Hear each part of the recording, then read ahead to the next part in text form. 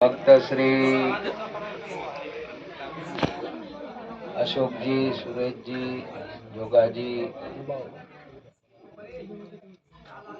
ने सर्वे परिवार मળી हर साल भक्त श्री एमना पिताजी रूपाजीनी तिथि निमित्ते संतोने तेड़ी भजन भोजन सेवानो लाभ लई રહ્યા છે। આપણને પણ બધાને અપાવે છે। ખૂબ ખૂબ ધન્યવાદ। પરંતુ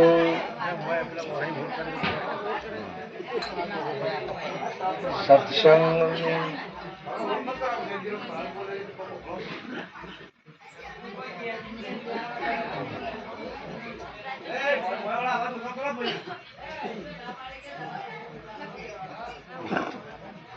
સંતોને પહેલા તો આપણે બોલાવતા હોઈએ ને એટલે આપણા હૃદયમાં વિચાર ઉદ્ભવ થાય ને એક મહત્વની બાબત છે।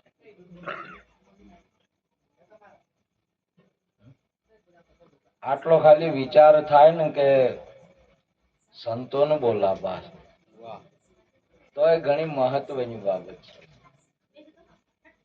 જેમ તેમ આ વિચાર નહીં થતો।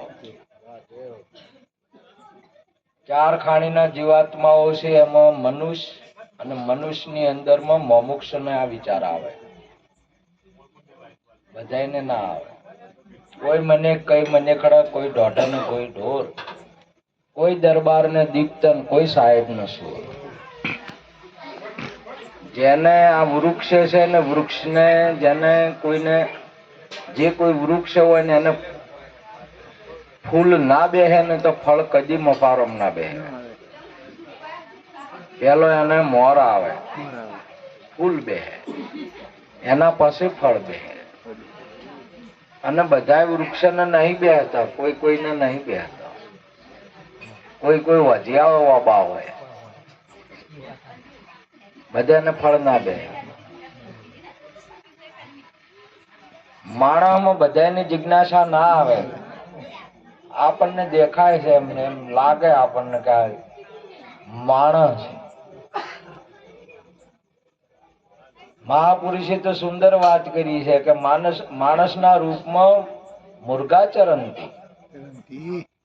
આપણા આદિગુરુ શંકરાચાર્ય બોલ્યા માણસના રૂપમાં મરગલા છે એટલે પશુ છે એટલે પામર છે। સંતો પણ ઘણા મહાપુરુષો બોલ્યા, તુલસીદાસ બાપુ પણ બોલ્યા, હરી કે ભજન બિન દીક દાઢી દીક મૂછ। ભજન વાળા ચારે વરણ ચમાર એ પણ બોલ્યા। આ બધા મહાપુરુષો જાગ્રત છે અને જાગ્રત બોલ્યા છે, કોઈ ઊંઘમાં નહીં બોલ્યા। 100% જેમનો અનુભવ સ્વયંને પ્રગટ થયો ને ત્યારે એ શબ્દો બોલ્યા। 100% અત્યારે તમારે શબ્દને જે કોઈ મહાપુરુષને બોલેલા શબ્દનું તમારે પીટીસી કરવી હોય ને તો તમને ત્યાં અનુભવ એવો થશે સાક્ષાત્કાર કે સત્ય વાત છે। સદગુરુ જેના સાચા, સદગુરુ જેના સાચા એ તો સૌને સરખા ગણે। સાચી જેની વાસા મુખથી જૂઠું ન ભણે, એના મુખથી જૂઠું ના આવે। અને આ જગત આખે આખું તમામે તમામ જૂઠું છે।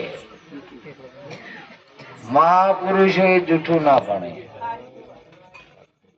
સત્ય શું છે એને ભણે, સત્ય શું છે એને પ્રગટ કરે છે।